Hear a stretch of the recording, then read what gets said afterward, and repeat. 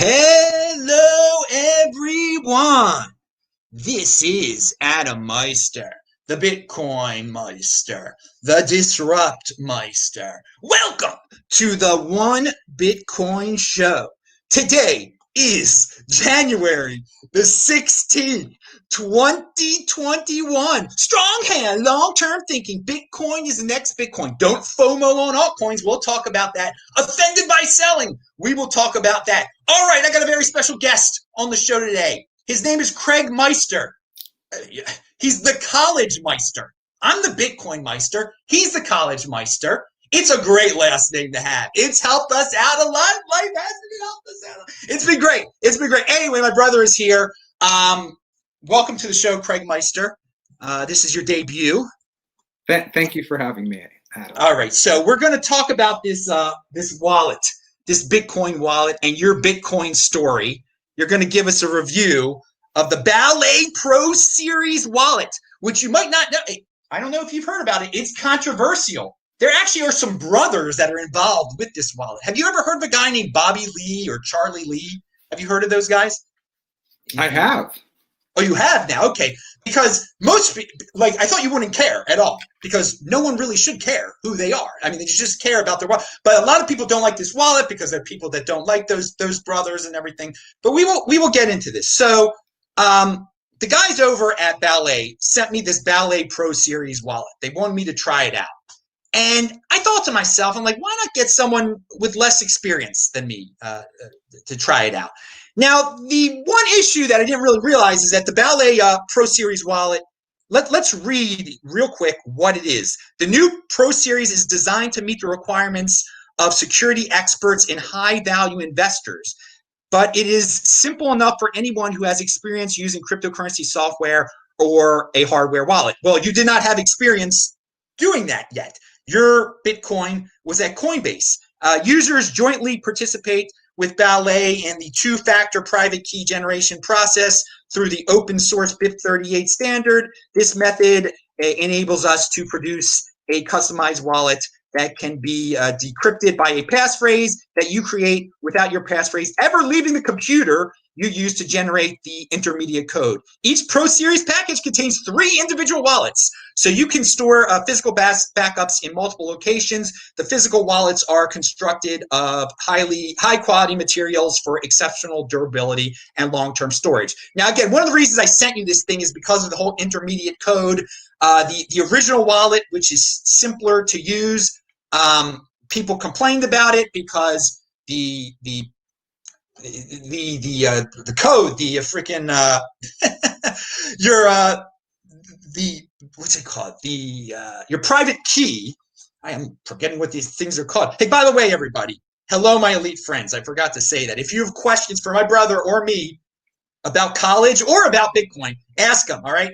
But yeah, the private key and the password, people thought that the company could see them both and hack into your account. So I gave you something that was a little more complicated, but did not have the controversy around it.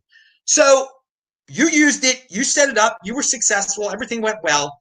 But it took you a while to actually do it. I sent it to you, I think, during the summer, and you just did this in December. So quickly, tell everybody why you wanted to get into Bitcoin back in 2014 and how you got into Bitcoin and what happened and why you decided to finally control your own private key. Well, thank you again, Adam, for having me on. I appreciate it. Yeah, so my name's Craig, and I'm a big fan. And I got into Bitcoin. It was I think late 2013, maybe 2014, and it was actually you who got me interested in it a little bit. And then I started I was the first, as I'm a college admissions consultant, so I help families navigate the college application and admissions process. I'm based in Maryland, and I was actually the first business in Maryland to accept Bitcoin, and the first college admissions consultancy or consultant in the world to accept Bitcoin all the way back then. And so the user-friendly way to do it back then was through Coinbase. And I created a business account through Coinbase at that time. And I was able to accept and purchase Bitcoin at that time through Coinbase. And I had no problem. in the intervening years, Coinbase sort of created new internal hurdles for me, because I had opened it up initially as a business account, so that I could use sort of the QR code or the equivalent that existed at that time on my website so people could pay me that way. But over the years, they required more and more identification. And ultimately, for a long period of time, over, let's say, the 2015 to 2017, almost 18 period, I was locked out of Coinbase for a number of years because my identification, which they required me to upload at a later date, did not match my name in the account, which was my business name. And it took many back and forth emails to ultimately get back into my Coinbase account. I actually bought a little more Bitcoin in the intervening years by creating another Coinbase account through my personal name. But it was very frustrating that at a time when Bitcoin was getting more valuable, that I was sort of out in the wilderness with my Bitcoin because I was not able to get through it to my Coinbase. So that kept in the back of my mind the desire to ultimately get rid of Coinbase. And so when I learned about this wallet, which was very abstract to me from you, I was very excited to have the opportunity to physically store my Bitcoin and in a place where it would not be in the hands really of Coinbase, which really really excited me because of the poor user experience that I had had over several years with Coinbase. All right, so there's your story. In a sense, you might have ended up with more Bitcoin over time had it not been through because of all the weird bureaucracy over there. And again, you're just a regular guy, but they locked did weird things to your account. I'll say, honestly, at this point, they changed their policy. They never. Ultimately, I had to convert my business account into an individual account because of their changes in policy. So that really is a bummer. Yeah. Well, okay, so. Let's straight up talk about the wallet now. The Ballet wallet stuff. You got it in the mail. It came from China, and you attempted to set it up. So tell us your experiences. Yeah. So you had let me know that this would be coming in the mail, but it took several months, and it was also during the very beginning of COVID, or the first couple months of COVID that it arrived. So because I saw packaging from China with Chinese letters on it, I immediately quarantined it in my garage for several months out of fear of getting COVID, because I didn't at first know what it was, but then I figured it out what it was because I hadn't ordered anything from China as far as I knew. But when I ultimately undressed it or took it out of its container and disinfected, etc., I took it out, and it was a very thick packaging, and it was very impressive. I was very impressed. This is actually sort of the one of the three. So it's pretty thick. It's pretty strong cardboard. But then when you open it up, there are all these instructions, and inside is sort of the actual physical wallet, which I have ensconced right now or encased in a plastic container. But even without the plastic container, you can see that it's let me see if I can open it. But it's pretty thick. It's sort of like a credit card, but heavier. It's like metal. It feels like real metal. And so it's a very nice physical wallet, physical feeling thing. And it's been very easy to use once I got a hang of it. All right. Now, remember, the delays were caused, that's not their usual procedure, but there was all that insanity that was going on at the time. So that shipping was shut down. Exactly. Yeah. I knew about it before it actually got to be shipped out. I guess I told you maybe before. I should have even told you, but whatever. It's great. It got there. You used it, and so tell us. Tell us your experience of getting it off of Coinbase. You learned some of the very important skills that I talk about. You never sent a Bitcoin before. You never properly stored a Bitcoin before. You never set up a wallet before. Now you're freaking elite. You know how to do all that stuff, but it took some time. And again, this wasn't meant for a beginner. Would you classify yourself as a beginner? Oh yes. Other than the fact that I had the Coinbase account for multiple years, much of that time I was locked out of it. So I was very much a beginner. And like you had said, I had accepted Bitcoin from a client or two, but not many clients paid in Bitcoin. And then I also purchased a little Bitcoin via Coinbase, but I had done really nothing more beyond that. So in the course of just a couple days, once I actually got serious with this Ballet wallet, I learned about everything from sort of the Bit38 passphrase to the sort of the confirmation code. And also sort of the really nice element is the fact that there are 3 of them that are complete duplicates, these wallets, so that I can store them in different physical locations so that if something happens to one, I have 2 others. So I've learned quite a bit. And like you said, by that point, because I had gotten a little Bitcoin in the earlier time period before I got locked out of my Coinbase account, I also had accumulated some Bitcoin at that point, or it had grown in a dollar value. So I wanted to be sure that it was safe. So you're right. When I started to get confident, what I did first was during sort of the frenzy of, I think, 2018, I had gotten Bitcoin Cash and Bitcoin BSV, Bitcoin, Ethereum, and also. Wait. Let's back up here. Okay. You got the Bcash and the BSV because there were forks. You held that thing for so long that they gave you for free. What you got your crypto dividend, which is great. What did you think about getting those things for free? Was that a little weird? Like you didn't know you were going to have BSV. I mean, what did you think about that? Oh, it was a surprise to me. I didn't know until I logged into Coinbase one day and I saw that I had this new currency. Because remember, when I started with Coinbase, it was really just Bitcoin. It only was. And then I sort of set it and forget it. I didn't think about it for a long time. And then when I tried to get back in, I was locked out for many months, if not years. So then when I ultimately got back in, it was during sort of the time in which it was approaching sort of 19,000 in, I think, 2018, maybe? 17. It was December, yeah. So during that time, there was a proliferation of new coins, and I saw also that these new sort of dividends had arrived, and that's when I made a couple new purchases. Yeah. Now remember, I told you not to get altcoins too. I told you not to, but you did anyway. You did. I just got a little bit. It was very small amounts. You asked me about Ripple, even. I remember you had somehow heard of Ripple. Oh, it was horrifying. But whatever. You learned your lesson, and you ended up with these things. Okay, so I interrupted you. I just so you got all this stuff now. Now it's the present. You got your wallet. You got to move this stuff off. Okay. So was it easy to understand how to set up the wallet and everything, or I mean?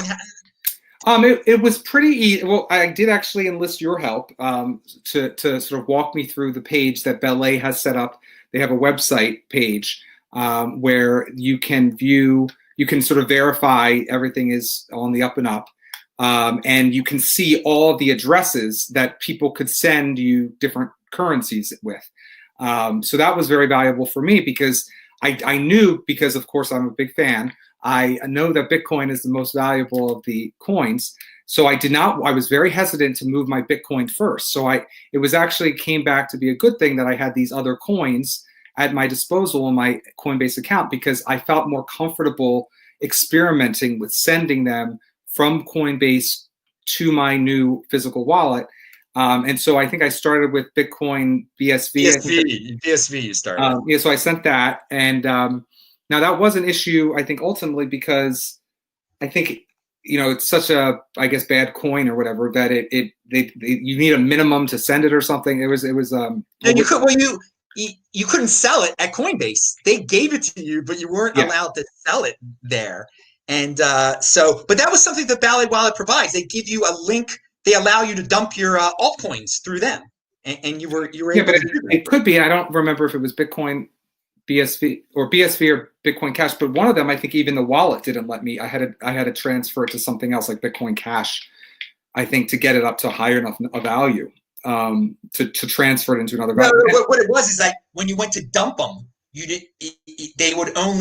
have to have like at least $25-$50 worth of BSV, or they wouldn't let you sell it at that exchange that Ballet sets you up with. Ballet, it looks like you're selling it through the Ballet website, but they're doing it through I forgot the third party that I forgot the name of those ones. Whatever. It was at least 2 different ones, because I did one type of currency one day and the next day, and it was 2 different third-party converters, if you will. Yeah, they switched behind the scenes. Yes. I forgot their names. But I think that may actually be another upside of the wallet, because I think they may go with the ones that may have the lowest fees at any given time, maybe. But Don't quote me on that, but whatever the case may be, they seem to have low fees to transfer and such, or to convert. So again, I did the big BSV, the Bitcoin Cash, and then I felt ready. At that point, I had a little Litecoin and a little Ethereum. So I sent those two from my Coinbase account, and I sent them away to my my new wallet, and everything worked out really well. It did. For one of them, it took a little while because there had to be a number of confirmations, but within seconds of me sending it from Coinbase, it hadn't fully gone through, but I saw that it was pending on my wallet. It was really comforting to see for someone who's new that the second you send it and you get that confirmation on the blue screen on Coinbase that says, with a little check mark, we confirm that we've just sent it to this address, whatever the address is for Ethereum or Litecoin or Bitcoin, that you can look down at your cell phone where you have the Ballet app, and it already shows you right there that it's coming. It's like it's got like a pending a line, and it's like thinking, you can see it's on its way, and it's very exciting, so that you can see the balance of your overall Ballet account. That's the best feeling, is when that goes up by a considerable percentage. And that's you also learned how to use the Block Explorer during this whole situation too. That's true. Yeah, so most people don't know how to use that. And that I really used that the first time, because I think the first currency I used must not have been that good of a currency. It took a longer time. I think that was BSV was having issues that day or something like that. Yeah, it was. Yeah, so I was scared it had gotten lost. Like maybe I put it in the wrong address for me. So I was very paranoid. And here I'm using a wallet. I just lost money. I'm thinking, but yes, Adam showed me where to go on this website, and I was able to see that it was in transit. And once you have a little bit of any type of currency on this wallet on your phone, where you can track it via the app, that creates sort of a line item on the app to create to see how much of that type of currency you have. So when I did my first transfer, I had no line items for BSV or Ethereum or Bitcoin Cash or Litecoin or Bitcoin. So I was flying blind, sort of without a radar. So that's the point at which I went to that website, and I could see that it had in fact been sent, but it was needing to go through some more confirmations, the BSV, for whatever reason, excuse me. So, but once I got it, that's when the BSV stays on as a line item on your phone, which is very nice. Yeah. Now, I do want to go back in your journey too. It was a great idea for you to get into Bitcoin because you have worldwide customers. I mean, you have people that they can be wherever, and they might not have dollars. So I mean, it was a beautiful idea. So that if you had a client in Italy, he can just send you Bitcoin. So this is great. I mean, it's great now that you're in total control of your Bitcoin. And in the future, do you expect to get any clients that are going to pay this way? I do. I think, again, I started taking it that fall when there was that big crisis, the banking crisis in Greece. And so I actually put out a press release at that time that, this is a wonder. And even the universities there were starting to accept, I think, payment in Bitcoin. And so I sort of aligned my promotion of accepting Bitcoin with the fact that, this is a great way for international families, who I have increasing numbers of, to be able to pay very quickly and seamlessly and without third parties taking a cut out of it. So yes, and again, even just a few months into my accepting Bitcoin, it was because I was an early adopter that I was actually able to have my first client who paid in Bitcoin, who actually wasn't in Greece, wasn't anywhere out of the country, but actually, ironically, was in the exact same state. He just looked up online, what businesses accept Bitcoin in the state of Maryland, and he saw he also needed college admissions help, and voila, there I had a client. Yeah, that was great. That was great. So hopefully and then he paid you whatever it was worth back then, and now it's amazing what it's worth now. Now, so going back to the transfer process, then you didn't send all your Bitcoin at once, did you? From Coinbase, you did it like in a couple different steps, just so you were comfortable, right? Yeah. So even though I had sent Litecoin and I sent Ethereum to my personal my wallet that was off of Coinbase. This beautiful Ballet, simple and elegant Pro Series wallet. I was still a little paranoid because I had not accumulated, but I had the dollar value of my Bitcoin, because I started getting paid in Bitcoin back many years ago now, had grown quite a bit from what I had initially invested, if you will. So I did send just a couple thousand at a time, dollars worth, because I was still paranoid, even though it had worked beautifully with the other currencies. That was a larger volume of US dollars, so I took that a little bit more seriously. So I did it over various days. And also, what I found with Coinbase is that their rates, their fees, really were volatile too. I don't know. I think I ended up finding out is that depending on the day, I think it was a Sunday afternoon, they were using the Coinbase UK office, and they had higher rates. And then the next Monday morning, it was a much lower rate to transfer it out or to send it out. So I was happy I waited. So I'm happy I didn't rush it all out at once, because the fees can change depending on the volume, I think, of traffic. Well, in theory, you see, this is the problem. When you're doing it on your own, the miner's fees. Coinbase is like estimating what the miner's fees are going to be and how much profit they need to make. I mean, they do a different formula. So in theory, what was causing the prices to fluctuate were the miner's fees, in theory. But I really don't know all the stuff that's going on behind the scenes at Coinbase. I just think it's awesome that you got it off of the Coinbase. I mean, you really I'm sorry to interrupt, but I should say one more thing about Coinbase. Not only was it very painful not to be able to get into my Coinbase account for a number of years, I was scared that I was not going to ever get back in, and I had to send identification and confirmations and proof of ownership of my business, et cetera. And ultimately, I was able to get back in. But once I started finally sending the stuff that I had bought through Coinbase, once I started sending it to my new Ballet wallet, I did a couple sends, but then I tried to send Ethereum. I forgot to mention this, and they actually held it for 72 hours because, they were very possessive of my own money, because they, I guess, were concerned that all of a sudden someone who had very little action in his account for a number of years was all of a sudden sending, even though I was typing in all the confirmation codes and my cell phone received those codes and I was doing the two-factor authentication, they still did not let me have my money as quickly as I think they should have. And it took 72 hours for my Ethereum to finally be moved off of Coinbase and onto my physical wallet with Ballet, because of the possessiveness and control that Coinbase wants to have over its users. Yeah, so that's a lesson from it. And I've told people about this. People should know, not your keys, not your coin. Like, you think it's really your Bitcoin when it's on Coinbase, but it's not. They can do that same thing. They could say that you were a bad man and never give it to you or something like that. So thank God you've got nothing left on Coinbase now. That is very good. That is great progress for anyone. And you've learned these important skills for the you could teach people how to use the Ballet now, couldn't you? I could, absolutely. Again, it was a little intimidating when I first got it because there was a lot of different codes. And there's actually 2 QR codes on the card itself. There's one on the code, and then there's like a sticker you have to flip over, and then there's an internal QR code. So for the uninitiated, it is a little bit much in the beginning, but again, I'm pretty smart, and it took only about a few days for me to sort of get my rhythm with it. And I'm very thankful for it because, again, now I have physical ownership, it feels like, of my my cryptocurrency.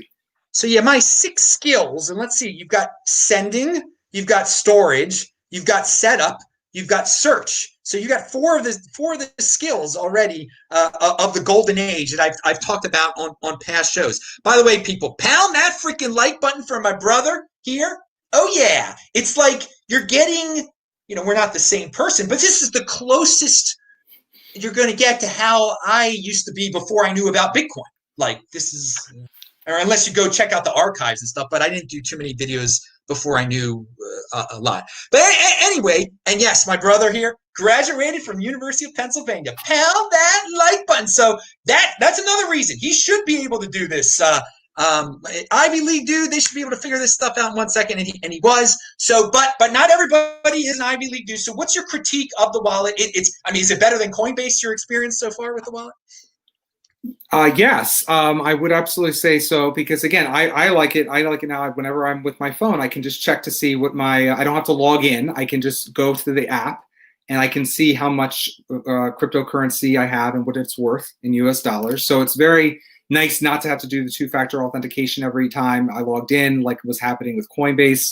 And honestly, even just the other day, I logged back into my Coinbase account and it was having some loading issues. So I mean, and that happened pretty consistently. There was times where it would kick you out at Coinbase. So I feel very comfortable now that I'm not dependent on Coinbase. But I'm happy that I got into, obviously, Bitcoin earlier. And at that time, Bitcoin and Coinbase was a really good sort of entry level drug, if you will. But now I'm at a higher level, I feel like, and I'm able to handle more responsibility. And I think ultimately that's really the beauty, right, of Bitcoin, is that you don't feel it's decentralized. You don't feel like you have to be dependent on some centralized authority. And Coinbase is, after all these years now, a centralized power, just like Google or any of these other big behemoth multinational corporations. So I think it's really nice that I have true ownership of my Bitcoin. Now, and by the way, Coinbase is going to go public this year too. I mean, which is good for Bitcoin. Now, before we talk about some more Bitcoin stuff, just any more things you want to say about the experience of setting it up? Would you recommend it to others? I mean, just pure review now of the wallet. I'll leave you to say anything you want to say about it. Well, I do wish it had not been made in China during the year in which COVID came from China as well. So had it not been made from China, I would have been opening it even several months before. And that was actually a big deal because I received it probably in the summer. And at that time, I was more concerned about my health than I was about becoming wealthy. So if I had invested more money in Bitcoin in June than in November, I would have been in a much better position because how much Bitcoin went up. But other than that, I would say, no, I'm very happy with it. It's very sleek. It's very user-friendly. It really is well protected in this case. Again, this is just one of the three, and it came bundled up sort of. So it's very thick and very nice. And the blue actual wallet itself, which sort of reminds me of a heavy credit card, is extremely durable. And again, it's very user-friendly because once you've set it up with the app and you've sent and you've done it a few times, especially if you focus purely on Bitcoin, you become much more familiar with your Bitcoin address, et cetera. But again, the beauty of this particular Pro Series Ballet wallet is that if I really was into Ethereum and Litecoin and other things too, it's a wallet for all of them. Whereas I believe an earlier version or another version that they made is just Bitcoin. This is for all of it, though I know you're not a fan of the other currencies.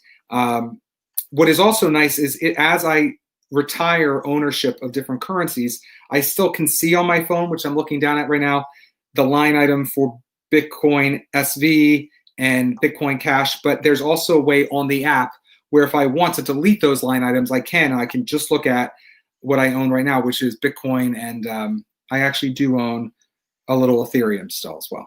I got rid of Litecoin. Yeah, and you dumped that Bcash and BSV, baby. That's fast as I could. Yes, I did. Yeah. Pound that like buddy's clearly my brother on that side there. With the dumping of the altcoins. Now again, you've got a whole family and stuff. So with the health stuff, you're worried about health. It's a whole other thing over there. And you're a busy guy. What do you think about all this Bitcoin drama and stuff? People. This is a controversial product. Is it controversial to you at all? I mean. I hope it shouldn't be. I'm not doing anything illegal. I'm again, everyone sort of talks about, the other day that French woman comes on and says that it's a lot of funny business with Bitcoin and not anonymity and Lagarde, I think that's her name. Lagarde, yeah. Exactly. So, and she's like criminal, isn't she? A criminal? Wasn't she once arrested? Yeah, she's a criminal. Or she's been prosecuted at least once. How dare she say that to me? I'm above board. I run a clean business. I deserve to own whatever I want to own, as long as I'm not breaking the law, which I'm not. And I hope it shouldn't be controversial. No. What I meant by controversy, I mean, we're used to that kind of FUD from the establishment. These people that say it's for bad people. But I mean, you don't even know in the Bitcoin space. There's so much drama involving this wallet because it's a little. I don't know. I'm not going to get. It's good. You haven't heard about the whole thing. To you, I just wanted to point out to people that. There are a lot of people that are in the space. They don't know the first thing about crypto Twitter, and it doesn't matter about the drama that's over there. You don't know about the drama with the Bobby Lee and the Charlie Lee and this this Lee and the that Lee. That's my point that I'm trying to make. No, again, I feel very secure. I feel confident that I have the key, of course, is the BIP38 passphrase that I have ownership of. I know what it is. I feel very confident that I own my Bitcoin. And they don't know what it is. That's the point, people. It was encrypted, so they don't know what it is. That's why this wallet is better than the original one. Continue, sorry.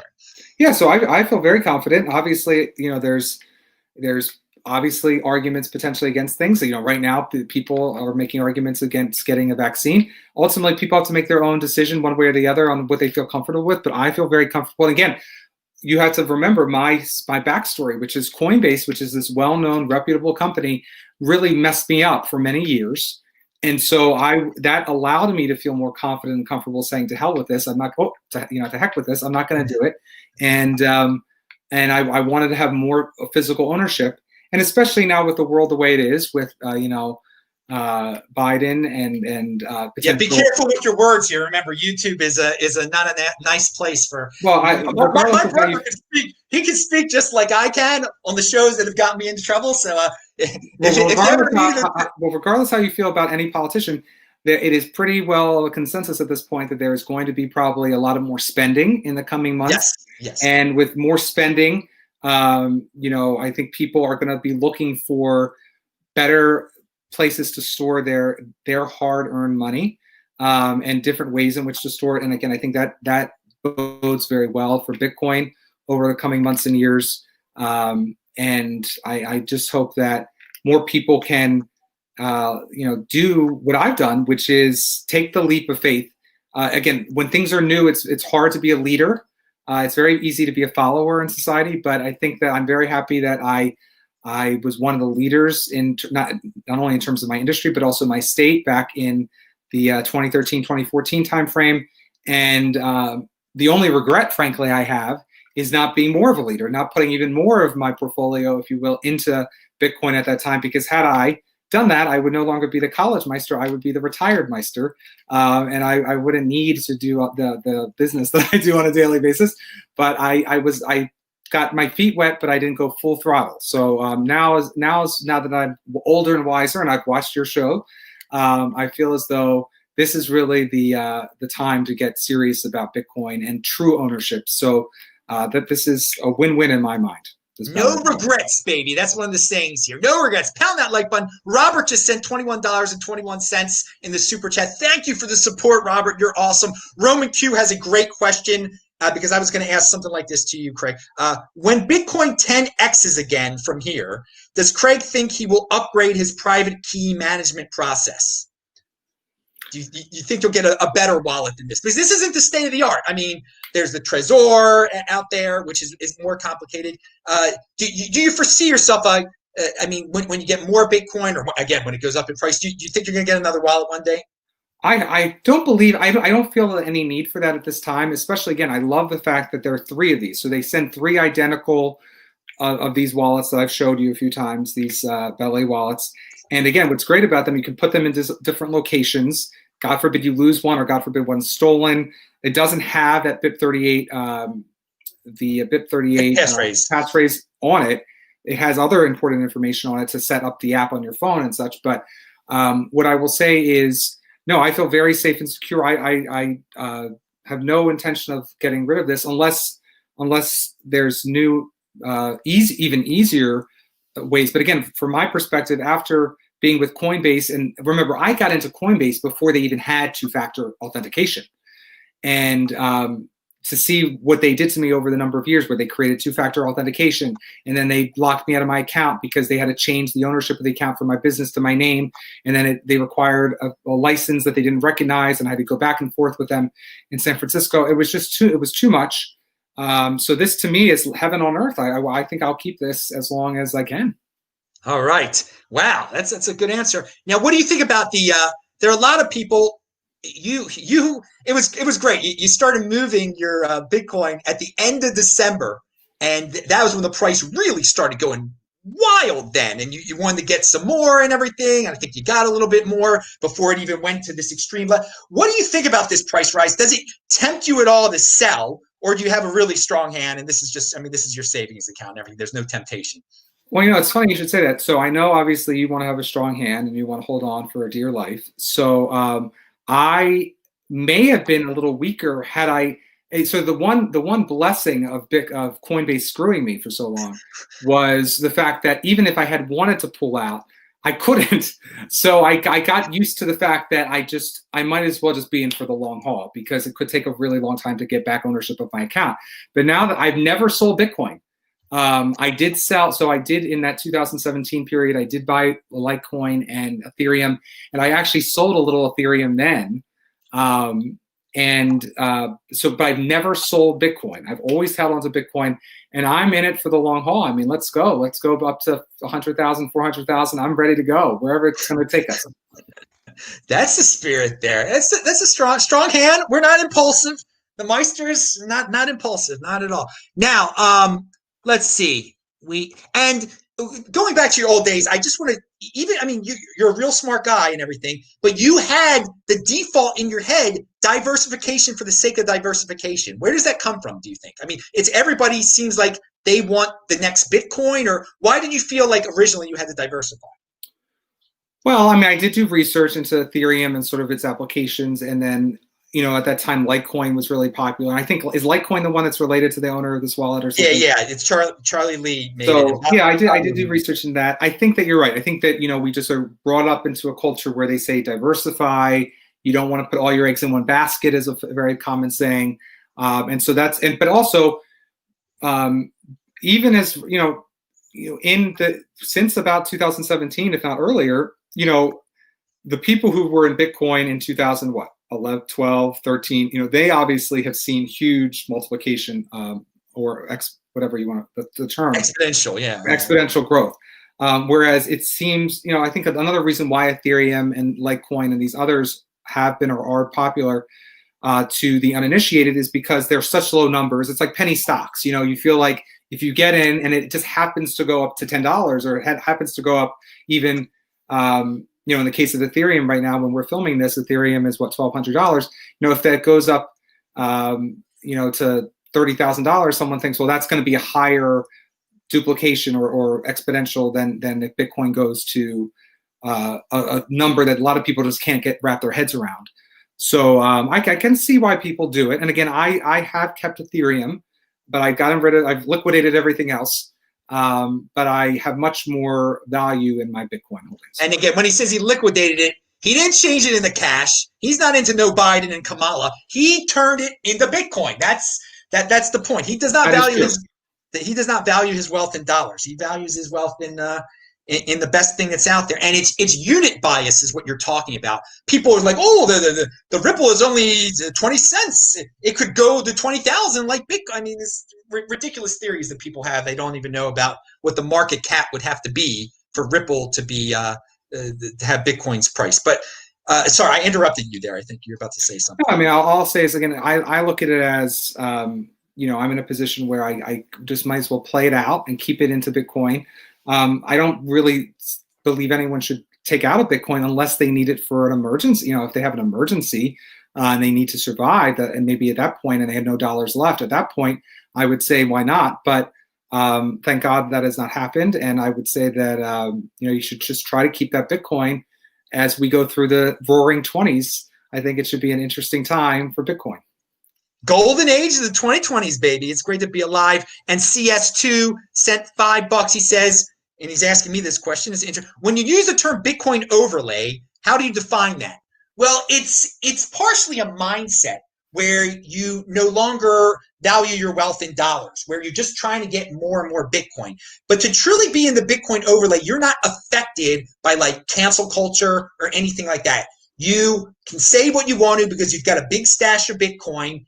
And if you got fired from your job, it wouldn't matter. Or if you already work for yourself and you got a big stash of Bitcoin, like me, I'm in the Bitcoin overlay. I'm the very definition of it. I don't have to rely on normie world and normie dollars and getting a paycheck and having all the attack vectors, paying the car bills and everything. The Bitcoin, it takes care of me. I've got enough where I'm good like that. And I can say what I want to. It's accelerated these last few months. If people are really scared about losing their jobs and losing their friends, because they don't want to lose their wealth.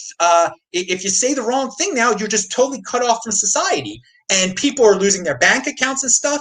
If you're relying totally on your bank account and your job, you're not in the Bitcoin overlay at all. But if you're in a situation where your wealth is in Bitcoin, that is unconfiscatable, and you cannot be canceled when you're in the Bitcoin overlay. That's I think that's a pretty good explanation of it all. And everyone, and again, some of it's just a mindset for certain people too. That's their goal to be in there, and it's not everybody that has Bitcoin is in the Bitcoin overlay. They don't have enough, and they're too entrenched in the regular world. Like, they got kids, they got bills, there's massive things that they're massive, I call them attack vectors out there that are hard to get rid of. But Bitcoin is the first step in eliminating some of those attack vectors and becoming truly free. And I think this last year we've learned what truly free is. So thank you for that question. Just to build on that, I will say that, it's what my current methodology is dollar cost averaging, I think is what they call it. Just put a little bit in a day.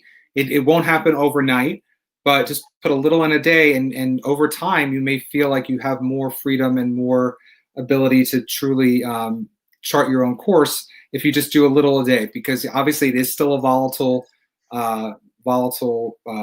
item. Bitcoin is. It can go up, it can go down quite a lot. So people sometimes are hesitant and I was even one of them when I was with just Coinbase in 2017, when it went up to like $18,000. I bought at around $17,000 or $18,000 for the first time since that time when I started accepting it back in 2014 around. So and then it went down for a couple years. And so I felt a little gun shy to purchase any more. But if you do just a little a day, I feel like you're easing into it, and you can get more freedom and independence.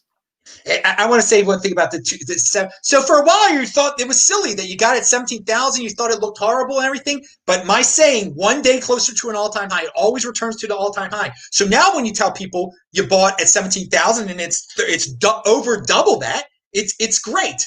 And there was something else I wanted to say about being in the Bitcoin overlay. I don't know. All right. So Craig, any other thoughts on the wallet? We're at the end of the show here. You can do a promo of your college consulting and tell the people what you do. But first, any more things with the wallet? You'd recommend it, basically. I definitely recommend it. Again, I am not paid by them. I don't know any of the owners or anything. But what I will say, again, it's balletcrypto.com, and it's been very, very user friendly for me. I'm very fond of it. It's made me feel much more confident with my Bitcoin and my small amount of Ethereum. And I really I love being able to check if I'm in traffic. I can look down at my phone without having to do two-factor authentication into Coinbase.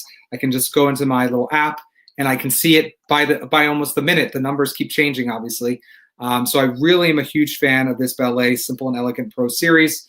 And as for my business, yes, thank you for mentioning it. I am a college admissions consultant, so I help students and parents of students in high school transition from high school to whatever comes next. In most cases, I help my students get into very selective colleges and universities in the United States and in Europe. So that is what I do. You can find me at collegemeister.com. You can also get a lot of free advice through articles of mine and other admissions experts at a website called admissions.blog. So admissions.blog is where you can find me for free. There's also some information about me on collegemeister.com, but that's where you would sign up to work with me one-on-one for private college admissions coaching. All right, so admissions.blog, I'll add that to the links below. Everything will be linked to below. Most everything is already linked to below right now for those of you watching it live. Okay, no more questions. That was an awesome show. Thank you, Craig Meister, taking care of all the little Bitcoin Meisters out there all over the place. Keep on doing what you're doing. Keep on having a freaking strong hand, everybody. You got a little... People, they ask all sorts of questions. You got to see my brother tonight. All right, dudes. And both of us apparently aren't watching a football game tonight. We know we value our wealth in Bitcoin. We don't need to see that stuff. Okay, I'm Adam Meister, the Bitcoin Meister, Disrupt Meister. Remember, subscribe to the channel, like the video, pound that like button, and I'll be back pretty soon. Who knows what show I'm going to do next. And also check out This Week in Bitcoin. It was awesome. Thanks a lot, Craig, again. See you guys later. Bye-bye.